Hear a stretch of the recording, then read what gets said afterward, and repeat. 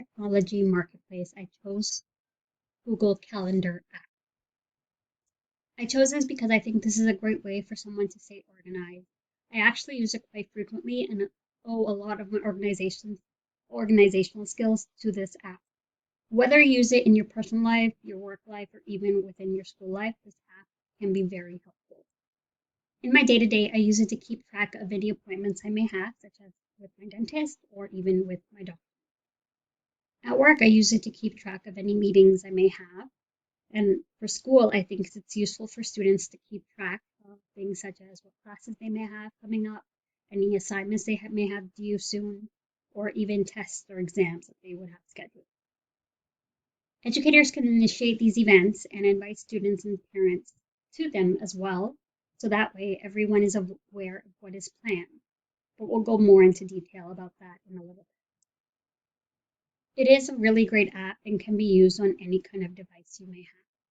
Depending on which phone you have, it can be downloaded using the Play Store if you have an Android, or even an App Store if you have any other Apple products, such as an iPhone or an iPad. On a computer, you can easily just go to the website. I have provided the link in my discussion post for everyone. To access the calendar app on your phone or tablet, you can click on the calendar icon.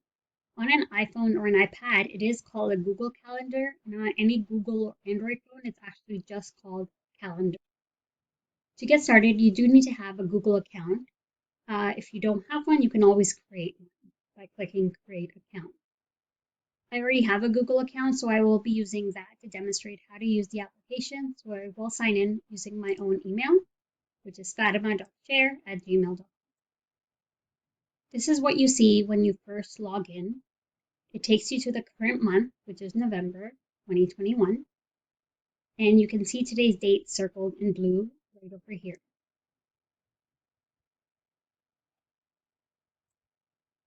When you first get signed up, Google's default setting is to show you the monthly calendar. You can always change that by going to this little drop-down menu in the corner.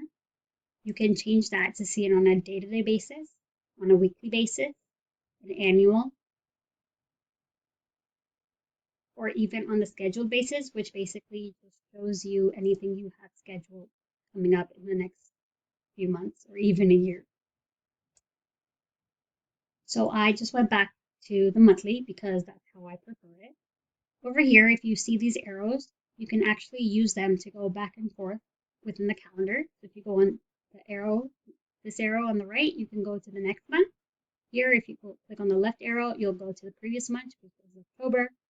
On any like a touchscreen phone or any touchscreen device, you can actually just swipe right or left to go forward and back.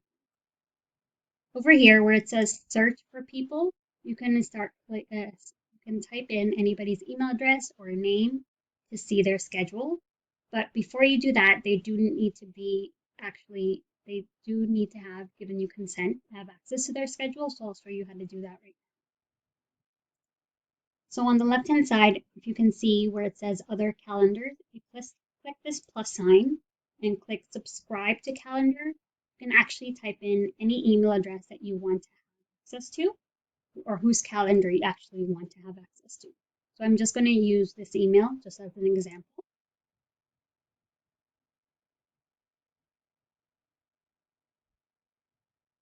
And now I'll go back and you can see I have added that other email so I can see their schedule as well as mine.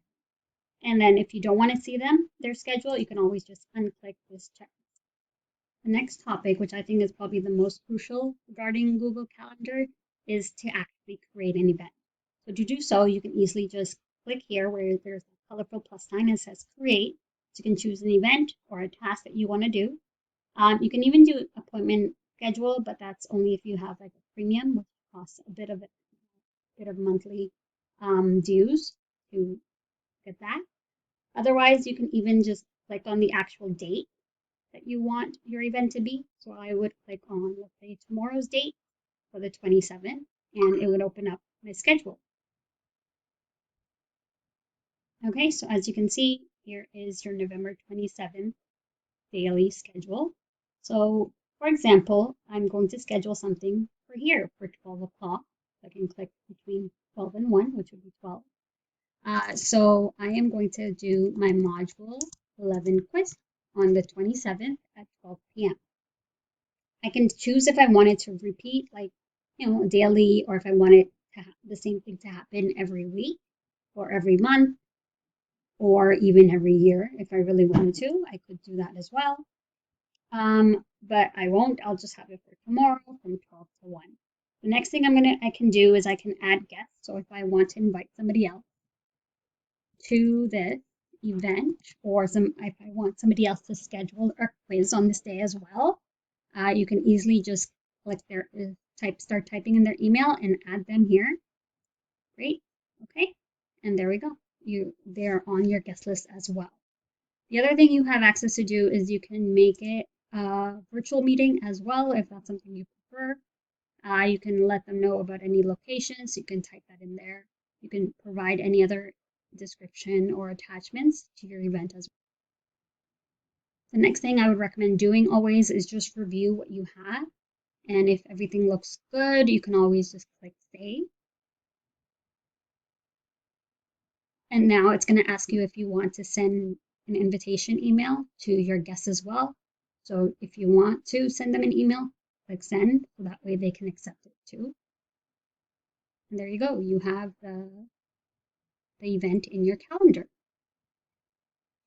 If you go back to the monthly setting, there it is, right there.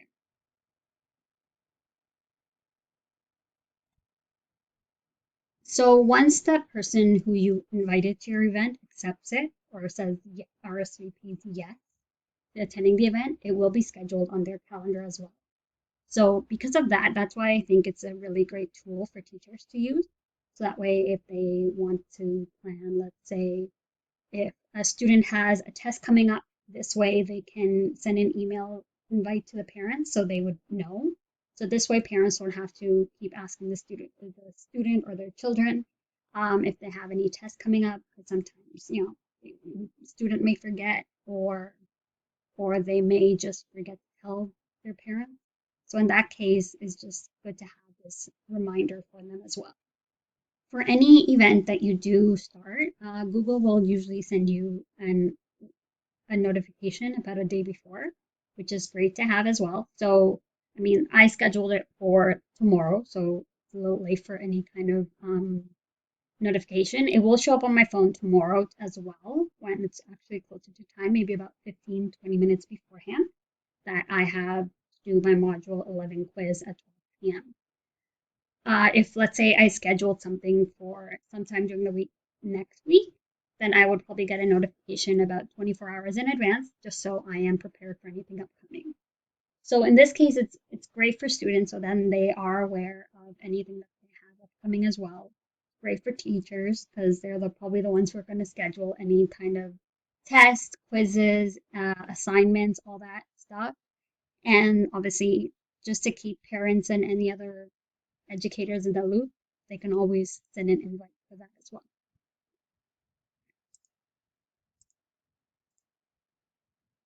Using any calendar such as Google Calendar, I mean, you don't necessarily have to use it, any kind of technology-based calendar, but it's just easier because everything is so more advanced, and you'll just get notifications about things right away. But good thing about calendars really is that it keeps us accountable, right? So this way we don't have anything we want to get done, we don't have to leave it up to chance, and we'll be able to finish it because we already have a date and a time assigned for it. So it'll keep us motivated to actually do it. Having a calendar also makes it so that we keep ourselves a little more grounded, more realistic as well, because it might help us realize that not all the tasks that we have in mind can be finished, but it shows basically what we are able to accomplish and what we're not. Using a calendar such as Google Calendar app, this allows us to make room for what's important, basically help us prioritize and keep what's important at the top, and so we can filter out all the rest. Having a calendar app, it allows us to keep us on track, right? Because some of us may struggle with procrastination.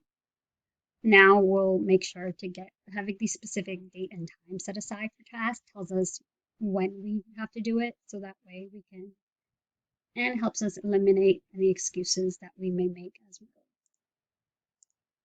And using a calendar app, it allows us to see how our day is structured. It stops us from spending too much time on one activity and not enough time on another, right? And it keeps us from feeling too anxious, because if we know what to expect, then it makes things go a lot more smoother for us.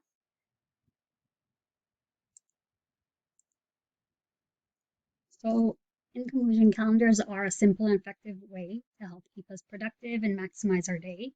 As I mentioned, I use Google Calendar like majority of the time, but honestly, you don't need to worry about which tool to use or whether to use a paper calendar or one that's like digital or online. The important part is really getting into the habit of using a calendar and following through with your activities. And this benefits educators, students, as well as parents, because your time and attention are very valuable. So you don't want to waste any of that.